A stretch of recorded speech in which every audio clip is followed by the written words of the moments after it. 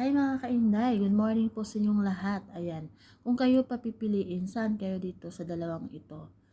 Diploma or diskarte? Ako unang-una, dito ako sa diploma. Alam niyo ba kung bakit dito ako sa diploma? Ayan, kapag may diploma ka, syempre may natapos ka sa pag-aaral, kaya nagkaroon ka ng diploma. Pinaka-importante ito sa buong buhay mo. Ito yung pinaka-importante, yung diploma. Magkaroon ka ng diploma, magkaroon ka ng kursong natapos mo. Kaya nagkaroon ka ng diploma. Ang diploma ho kasi gamit talaga to. Kapag may diploma ka, may natapos kang pinag-aralan. So, waging-wagi ka kahit saan ka magpunta. Panalong-panalo ka. Maraming mga oportunidad na darating sa iyong buhay. Maraming magagandang trabaho na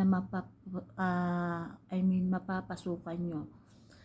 So, pero hindi naman ibig sabihin na porket may diploma ka, hindi ka nagagawa ng diskarte. Lalapit na yung trabaho kasi may diploma ka. Hindi. Siyempre, gagamitan mo din yan ng diskarte. Nandyan din papasok ang diskarte kung paano ka mag-apply, paano ka maghanap ng trabaho, di ba? Ang nakakaano lang kasi dito, kapag may diploma ka, maganda yung trabaho, magaan.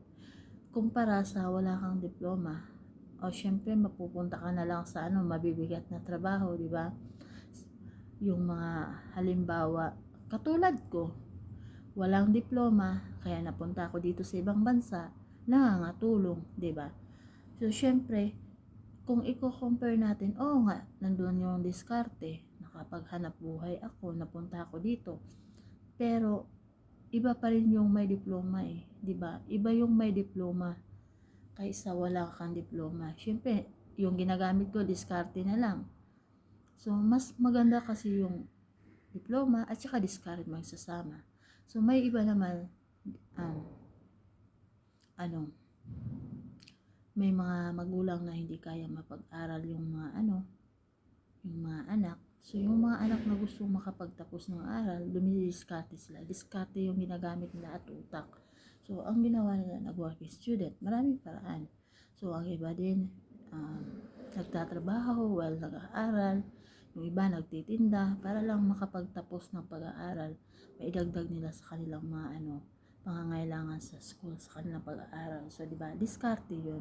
So, maraming mga nakilala ko din na diskarte yung ginagamit, naging maganda yung buhay din nila. So, pero siguro,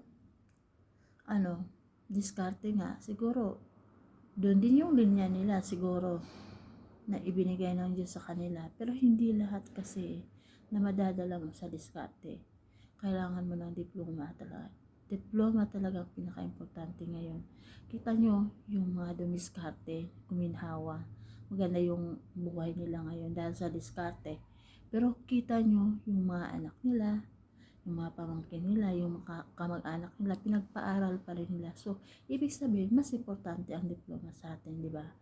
So, ayun, ganun yung explanation ko sa tungkol dito sa diploma at saka diskarte. Kailangan natin to Kahit ako, nangangarap ako na para sa mga anak ko, hindi man ako nagkaroon ng diploma, pero yung mga anak ko, gusto ko na magkaroon ng diploma soon. So, di ba? So, kailangan importante talaga ang diploma.